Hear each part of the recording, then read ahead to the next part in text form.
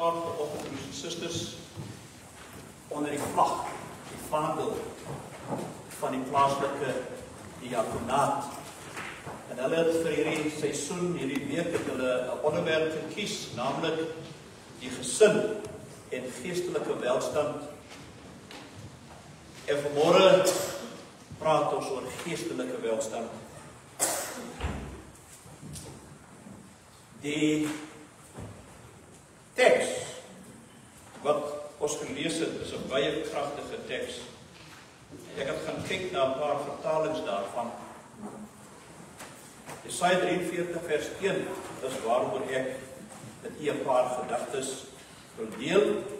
En daar staan geskryf, maar nou Jakob sê die Here, wat jou geskep het, hy wat jou gevorm het, Israel, moenie bang wees nie, want ek het jou verlos, ek het jou op jou naam geroep, jy behoort aan my. En daardie vertaling kom, dis die nuwe lewende vertaling. Ek het ook gaan kyk na die ou Statenvertaling, die 1933-53 vertaling, en hierdie vertaling is baie nader aan die oorspronklike Hebreëus. En daar staan dit, maar nou sê die Here, jou skepper, o Jakob, en jou vormeerder, o Israel, wees nie bevrees nie, want ek het jou verlos, ek het jou op jou naam geroep, jy is myne. And then I also went to some English translations, and the Good News Bible is very incomplete. It says, Israel, the Lord who created you says, do not be afraid. I have called you by name, you are mine. And then I looked at the Holman Bible also, and the translation there reads, now this is what the Lord says. This is closer to the Hebrew. The one who created you, Jacob, and the one who formed you, Israel, do not fear, for I have redeemed you. I have called you by your name, you are mine. En toe gaan ek ook na die Hebreëse skrif toe, want hierdie teksvers prikkel my belangstelling, en ek gaan kyk wat daar in Hebreëus staan.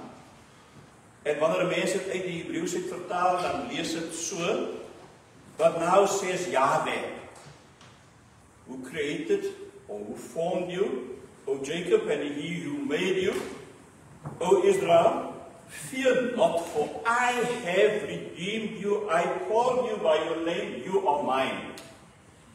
Liewe gemeente, susters en broers en jong mense, kinders wat dalk in die kerk is, die afgelope paar dae was 'n baie besige tyd geweest onder die diakonaat, waar hulle maandag, dinsdag en woensdag verskillende sprekers gehad het, wat baie interessante onderwerpe voorgehou het. Elkeen het hulle onderskeie onderwerp vir hulle lieflik uitgeleef.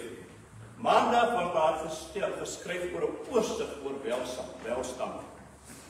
Dinsdag was die fokus op intellektuele welstand, en woensdag oor emosionele welstand. En vanoggend praat ons oor geestelike welstand.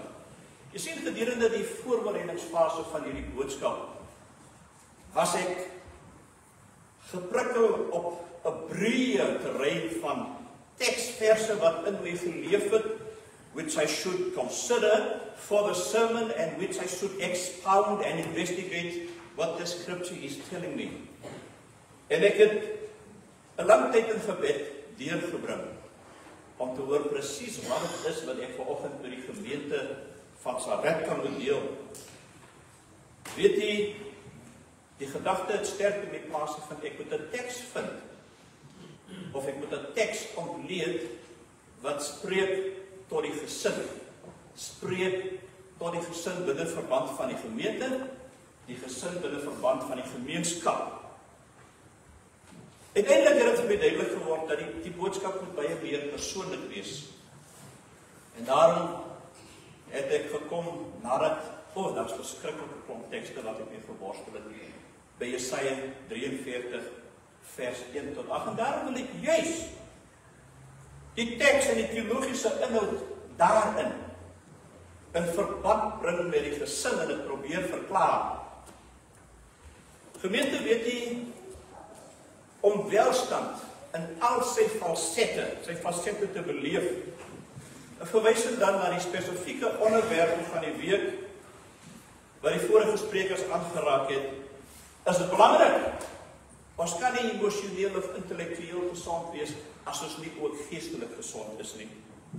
Intellektuele en emosionele welstand kan slegs gedei tot sy reg kom, uitbrei, sterker word in ons lewens en positief verder ontwikkel wanneer ons op die regte gebied geestelik ook is, gesond is en 'n keuse maak, 'n doelbewuste keuse maak om geestelik gesond te bly. Weet jy wat, 'n mens kan so vinnig verdwaal. 'n Mens word so getuister en gebombardeer deur so baie eise. Die lewe is hard soms en ons worstel met groot vraagstukke. Veral in die tyd waarin ons lewe, is die eise wat in ons gedagtes deurgewerk moet word so sterk, dat ons dat mag, as ons nie versigtig is nie, dit kan gebeur, dat ons verward kan word en afdwaal van die Bybel. En daar sekere instansies en persone wat absoluut nie meer in die woord van die Here glo nie, asof die woord van die Here irrelevant geword het. Weet jy, geestelik verarmde gemeenskappe is 'n direkte heenwysing daarna dat gesinne binne in 'n bepaalde gemeenskap nie meer reg funksioneer nie, dat daardie gesin disfunksioneel geword het. Ek kan slegs, en ons kan slegs die Nuwe Testament verstaan, broers en susters. Die Ou Testament se waarde kan ons nie onderskat nie. Die diep betekenis van die Ou Testament vir ons om die Nuwe Testament te verstaan, kan nie onderskat word nie. Daarom die verbond wat God gemaak het met die aardsvaders Abraham, Isak en Jakob is verskriklik belangrik. En ek wil met u gesels oor hierdie teksvers wat sê, ek het jou by die naam geroep, jy's myne, dien my, en dit kom, en dit word gekonnekteer met hierdie verbond, waarin die bepalings van die verbond is, julle moet vir my 'n volk wees, julle moet my eer, en julle moet my dien, en julle moet tot seën wees van die nasies rondom julle. God het dit opgeëis van sy volk. En dit is baie belangrik vir ons om nadenke oor die teks, om te verstaan wat dit beteken, jy's myne, ek het jou by die naam geroep. God het hierdie verbond gemaak met die vaders, met die vrouens, met die kinders van die Israeliete, met die antieke volk Israel. En hierdie verbond wat hy gemaak het nog direkte betrekking op ons wat lewe in 2025, ons hier by Sarepta. Hoor jy wat die Here sê vanoggend vir ons, en vir my en vir u sê, direk sê, ek het jou by die naam geroep, jy is myne, en dit beteken dat ek en u is nie vreemdelinge vir die Here nie. En die Here praat in die konteks van ons teks, Jesaja 43 vers 1 tot 8 praat hy met sy verbondskinders, hy praat met die Israeliete, hy praat met sy volk. En let wel hierdie susters en broers, wanneer ons in die Ou Testament lees, dat daar Jakob staan, Jakob is 'n sinoniem vir Israel. Want God het Jakob se naam verander. En God het sy naam Israel gemaak. So wanneer ons lees in die Bybel oor Jakob, dan is dit eintlik verwysing na Israel. Dit is dieselfde persoon, dit is dieselfde nasie. So Jakob en Israel in verhouding tot wat ons gelees het, is een en dieselfde persoon. En die hele volk draai die naam van Israeliete. Desondanks die feit dat daar na die dood van koning Salomo 'n opstand oor die volk gekom het. En die 12 stamme is vergader, in 2 het weggebreek en hulle het in die suide vir hulle gaan vestig, met Jerusalem as hulle hoofstad, en 10 het hulle in die noorde gaan vestig met Samaria as hulle hoofstad. En dit het gebeur na Salomo se dood. En in Hebreëus word Samaria genoem Shomron en in Arabies Samira. En hierdie skeuring tussen die nasie van Israel het in die 9de en die 8de eeu voor Christus plaasgevind. Maar weet jy, om die teks te verstaan is dit ook belangrik dat ons moet onthou dat daar ballingskappe plaasgevind met Israel. In die jaar 722 voor Christus is Israel weggevoer na Assirië toe, in ballingskap. En hierdie 10 stamme wat weggevoer is, baie van hulle het verlore geraak. Therefore we talk about the 10 lost tribes of Israel. En nou gebeur het so dat in die jaar 587 voor Christus het die volk van Juda en die Benjaminite is opgeslurp in die volk van Juda, dat hulle ook in ballingskap weggevoer word. En nou moet 'n mens gaan soek. Nou wat is die rede? Hoekom het die God van hierdie volk, naamlik Jahwe, toegelaat dat die Israeliete en die Judeërs in ballingskap weggevoer word?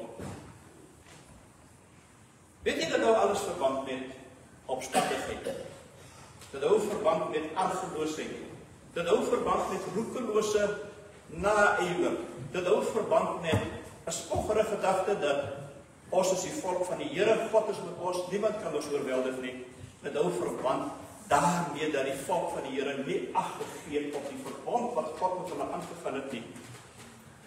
En die hele profete praat hier van die major prophets. Ek sien op TikTok, daar is nou so 'n groot profeet wat homself noem 'n major prophet, en ek dink by myself, hoe kan iemand so verwaand wees om te sê hy is 'n major prophet? Daar was net 3 major prophets, en dis Jesaja, en Jeremia en Esegiel. Nou al die profete stem saam, en ook die kleiner profete, Daniel, Hosea, Joel, Amos, Obadja, Jonah, Micha, Nahum, Habakuk, Sefania, Haggai, Sagaria en Maleagi het deurslaggewend dieselfde boodskap. En die boodskap aan die volk is altyd: bekeer julle, draai julle terug na God toe, soek die Here terwyl hy nog te vind is. In die hartseer gevolge was dat die volk van God rampspoedige belewennisse beleef het in hulle aardse lewens. Want God het hulle fondasie omruk en hulle geskit, omdat hulle nie gehoorsaam was aan die opdrag van God nie. En wanneer ek hierdie gebeur met die volke, beide Israel en Juda, wanneer ek dit lees, dan word ek herinner aan die Bybel in sy geheel en van al die Ou Testament waar het geskrywe staan in Deuteronomium 5 vers 8 tot 10. Waar die Here praat met ons, en die Here sê, jy mag vir jou geen gesteede beeld of enige gelykenis maak van wat bo in die hemel is, of wat onder op die aarde is, of wat in die waters onder die aarde is, jy mag jou voor hulle nie neerbuig en hulle nie dien nie. Want ek die Here jou God is 'n jaloerse God, en luister, maar die misdaad van die vaders besoek aan die kinders, aan die 3de en aan die 4de geslag. Van die wat my haat, en ek bewys barmhartigheid aan duisende van die wat my lief het, en my gebooie onderhou. Nou wanneer broers en susters 'n gesin, 'n huisgesin disfunksioneel geword het, wanneer 'n huisgesin hulle posisie verskuif het, wanneer hulle uit die raamwerk van God se wil vir daardie huisgesin beweeg het, dan ontaard dit in chaos. Wanneer 'n huisgesin duidelik 'n besluit maak en sê, ons verlaat die weg van die kruis. We have become enticed with what the world offers us, so we will follow the path of the world. We will no longer reckon the gospel as applicable to our lives. We will no longer enjoy the peace, the pure peace and joy of having a relationship with the Lord Jesus Christ. And somebody said on TikTok, I'm not a Christian any longer. I found God in another space. And dan raak ek, I become alarmed in my spirit. Hoe kan 'n mens so ver weg van God gedwaal het? Iemand eendag sê, ek was 'n Christen, ek was 'n born again Christian. maar ek het nou 'n ander geloof aanvaar. Hoe is dit moontlik dat binne 'n bepaalde huisgesin mense so verarm, verwaarloos word? Die volk van die Here het groot ellende belewe, broers en susters, omdat hulle God se weë verlaat het. In Jeremia 29:10 sê, want so sê die Here, as eers 70 jaar vir Babel verby is, sal ek op julle ag gee en aan julle my goeie woord vervul om julle terug te bring na hierdie plek toe. Weet jy wanneer die samelewing siek vertoon, wanneer daar moord, roof, korrupsie, seksuele losbandigheid, immorele gedrag is, onverantwoordelike social awareness and responsibility. Wanneer dit alles plaasvind, dan dui dit is kentekend van 'n gemeenskap wat verarmd geraak het, geestelik verarmd geraak het, wat duidelik sê dat die gesinsstruktuur binne in 'n bepaalde gemeenskap ongesond geraak het. En die woord van die Here verklaar dit, en ek noem dit vir u, Spreuke 29:18, waar die wil van die Here nie bekend gemaak word nie, verwilder 'n volk. Dit gaan goed met elkeen wat die wet van die Here onderhou. Weet jy, wanneer ouers doelbewustelik, ek is net 'n ouer, ek het 3 kinders en ek het 5 grandchildren, maar wanneer ons as ouers 'n doelbewuste keuse maak om ons kinders bloot net godsdienstig groot te maak, luister, jy moet kerk gaan, jy moet sonnaskool gaan, jy moet katekisasieklas gaan, jy moet 'n goeie mens wees. En ons bring nie onder ons kinders se aandag die erns en die belangrikheid van die woord van die Here nie, en die inhoud van die evangelie, die naamlik die woorde van Jesus met sy eerste publieke optrede, bekeer julle want die koninkryk van God het nader gekom het. Weet jy, dan verwilder die kinders. Die kinders raak wild binne in 'n bepaalde huisgesin.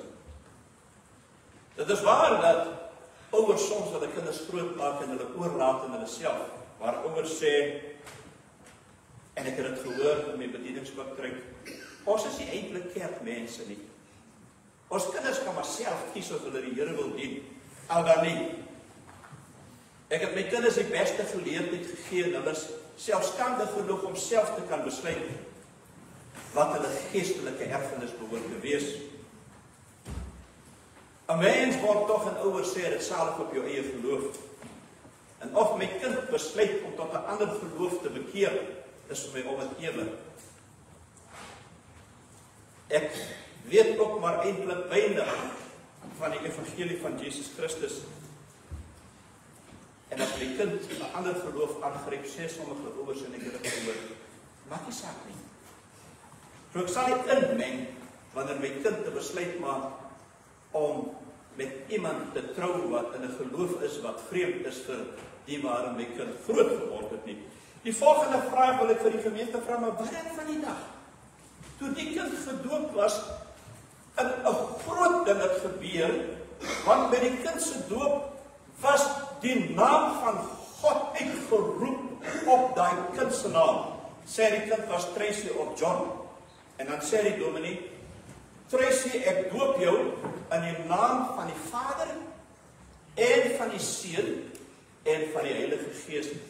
En daarom kan die Here sê, ek het jou by die naam geroep. Ek het jou naam gebruik. Jy is gedoop in die naam van die drie-enige God. En die Here sê, moenie bang wees nie, ek het jou geformeer. Ek het jou in jou ma se maag wonderlik aan mekaar geweef in terme van Psalm 139.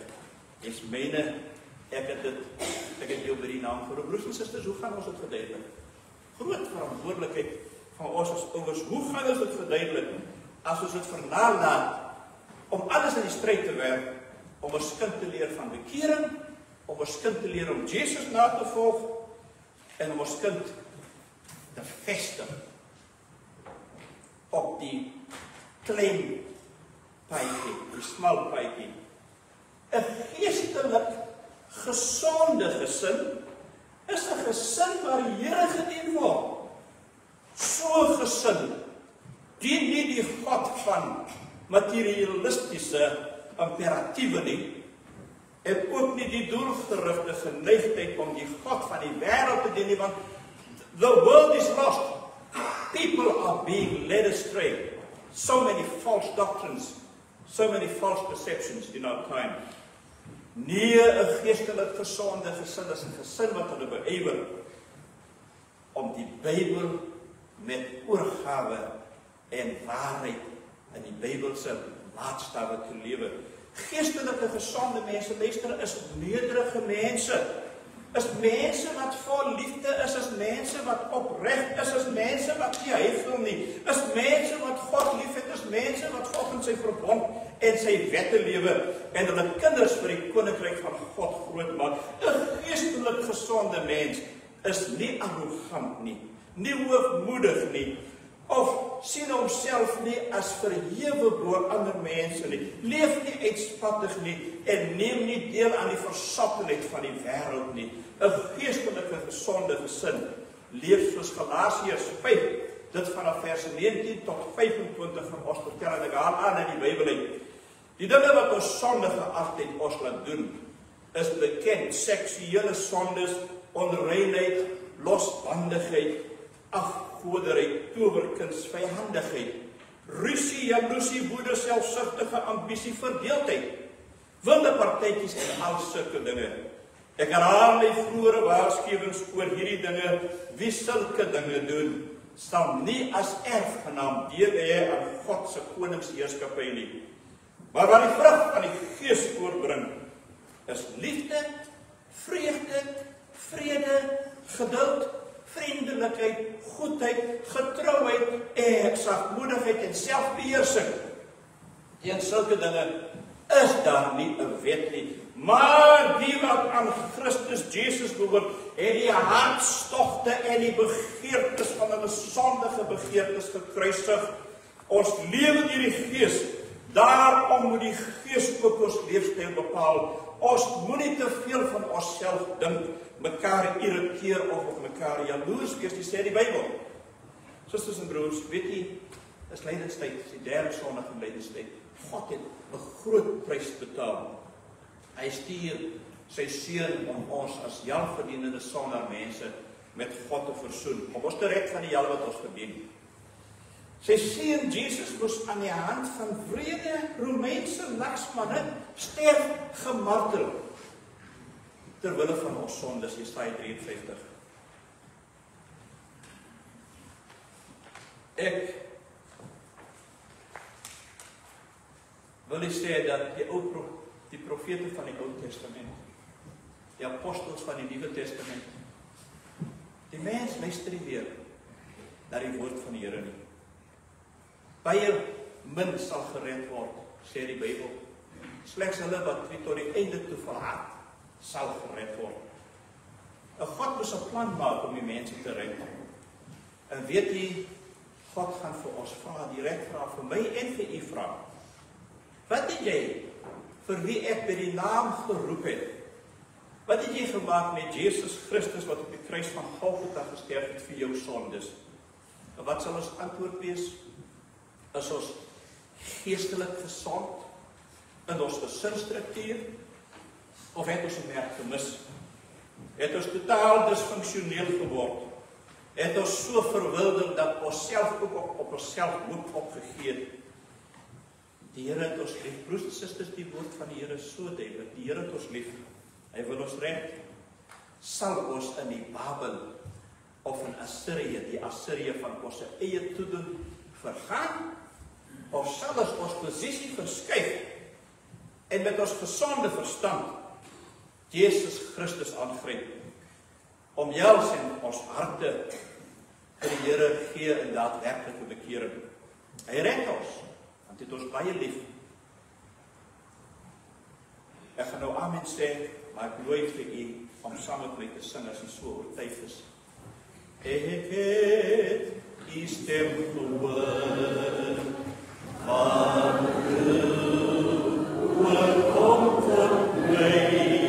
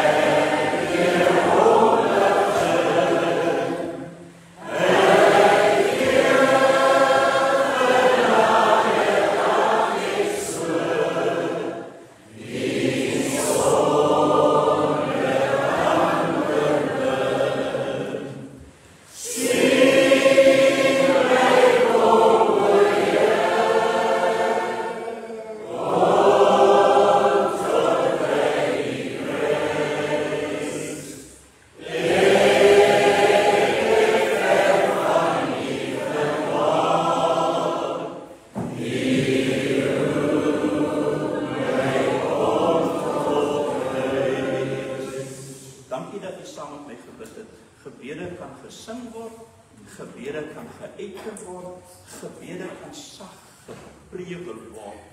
Die Here het geluister na ons gebed toe ons Psalm 2:5-7 sing. Amen. Amen.